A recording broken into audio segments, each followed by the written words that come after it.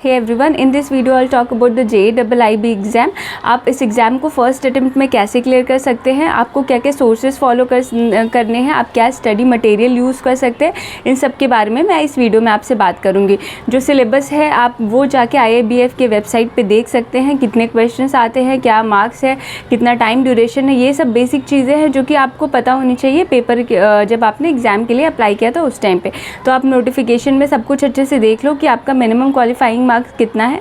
अगर आप first attempt में दे रहे हो तो 40 मार्क्स पे भी आप क्लियर कर लोगे, अनलेस आपके जो ओवरऑल है वो होने चाहिए 200 मार्क्स, ठीक है। और अगर आपका सेकंड अटेम्प्ट है तो आप 50 मार्क्स में is the minimum qualifying marks, ठीक है। ये सब चीज़ें आप अपना देख लो, एक बार पढ़ लो। उसके बाद फिर मैं बात करती हूँ सोर्सेज आप कैसे इस एग्ज़ाम को क्लियर करेंगे। सबसे पहले तो आपको स्टडी मटेरियल की ज़रूरत होगी। You have to see the pattern of your study, आपको कौन सा स्टडी पैटर्न सूट करता है।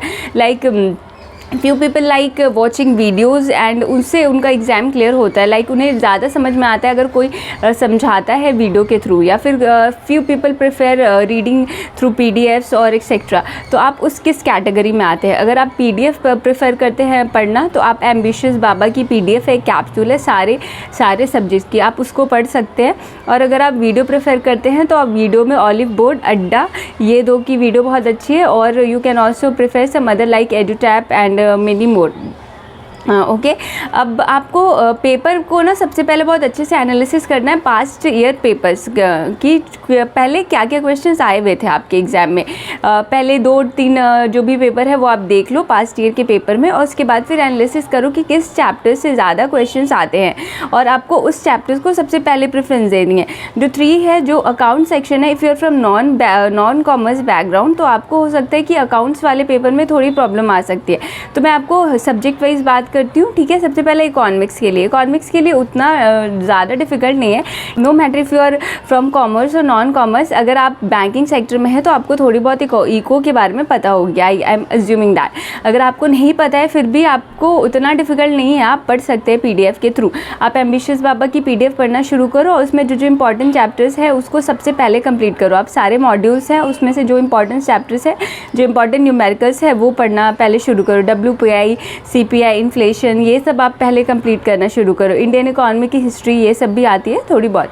और जो लीस्ट प्रेफर चैप्टर है जिससे कम क्वेश्चंस आते हैं उनको आपको पहले इग्नोर करना है। उसके बाद फिर आपको जो रिटेल बैंकिंग है उसमें भी आपको सेम पैटर्न फॉलो करना है। And then for all except about accounts में मैं आपको बता देती हूँ कि अकाउंट्स में जैसे आपका फर्स्ट टाइम आप पेपर दे रहे हैं, ठीक है, और आपको ज़्यादा नॉलेज नहीं है अकाउंट्स की, तो आप उसमें क्या कर सकते हैं, जो थ्योरेटिकल पार्ट्स हैं ना, जैसे अकाउंटिंग प्रिंसिपल हो गया, बेसिक अकाउंटिंग प्रिंसिपल्स हो गया, और सारे चैप्टर्स की थ्योरी वो सब कर सकते हैं। और जो मोस्ट इंपॉर्टेंट न्यूमेरिकल्स चैप्टर है जैसे रेशियोज़ हो गए आपके और इन्फ्लेशन हो गया, उसके न्यूमेरिकल्स हो गए, वो फॉर श्योर आते ही आते हैं, तो वो सब आपको पहले प्रिपेयर कर लेना है। If you somehow manage to score 40 और 50, आई विल नॉट से 40 का टारगेट मत रखो, 50 रखो, ठीक है। 50 अगर आप कर लेते हो फर्स्ट टाइम में, बस क्लियर कर लेते हो कट ऑफ, और आप बाकी सब्जेक्ट में थोड़ा मैनेज कर लेते हो, then you are good to go. तो आप ऐसा कर सकते हैं, ठीक है। और उसके अलावा जो मैराथन सीरीज़ आती है वो बहुत ज़्यादा इंपॉर्टेंट है। अड्डा की मैराथन सीरीज़ आती है एग्ज़ाम के पहले 2-3 दिन पहले आती है, बहुत लंबे आवर्स के आते हैं, it is of around 5 to 6 hours. तो वो आपको फॉर श्योर देखना है। अगर आपने कोई पेड कोर्स लिया है या फिर अगर आप सोच रहे हैं पेड कोर्स लेने का, तो उसमें ये फ़ायदा रहता है कि आपको सारी स्टडी मटेरियल ना एक ही जगह मिल जाती है, तो आपको कहीं भी ऐसे ढूंढने की ज़रूरत नहीं है कि सिलेबस क्या है क्या नहीं है। तो लाइक आप अड्डा ले सकते हो, या फिर आप एडुटैप लो, या फिर ऑलिव बोर्ड लो, ये कुछ भी ले सकते हो। लेकिन उसमें क्या है ना कि फैकल्टीज़ आपको बताएंगे कि कौन सा चैप्टर ज़्यादा इंपॉर्टेंट है, कौन सा चैप्टर नहीं इंपॉर्टेंट है, and the important questions are discussed more. तो उसमें आपका थोड़ा काम इजी हो जाता है, क्योंकि आपके पास उतना टाइम नहीं रहता है, because I am assuming you are working, right. अगर आप वर्किंग है तो आपके पास ज़्यादा टाइम नहीं रहता, तो उसमें आपको मैनेज करना होता है। If you will try to find out all question by yourself, you need some more time. तो ये है। Apart from that apart from that exam में क्योंकि कोई नेगेटिव मार्किंग नहीं होती है, तो आपको कोई भी क्वेश्चन छोड़ने नहीं है, आपको सारे क्वेश्चन मार्क करने हैं, ठीक है। हो सकता है अगर आपको नहीं आता है, इफ़ यू आर 50-50 का अगर कुछ है कि ये भी हो सकता है, वो तो आप लगाओगे, बट जहाँ पे आपको कुछ भी आइडिया नहीं है तो वहाँ पे भी आप मार्क करोगे, because there is no any negative marking, right. You will attempt all the questions and all the papers in the exam.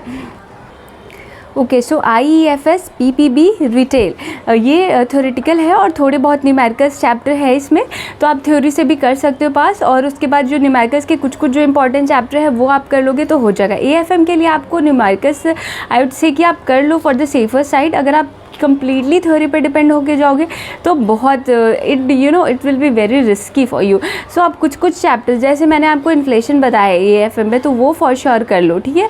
और अकाउंटिंग स्टैंडर्ड, अकाउंटिंग प्रिंसिपल, ये सब कर लो, और उसके बाद you are good to go. और जितने भी मैराथन्स हैं सब देख लो, आप कर लोगे। आपको टाइम मैनेज कैसे करना है, आप जब ऑफिस में रहेंगे तो आप ऑफिस में लंच ब्रेक टाइम में जब करते रहेंगे तो ईयरफोन लगा के आप सुन सकते हैं, वीडियो देख सकते हैं, क्वेश्चंस पेपर। आप जब सुबह में 1-2 घंटे समहाउ आप मैनेज कर लो, 1 घंटा तो कर ही सकते हो मिनिमम, और फिर रात में 1 घंटा कर लो।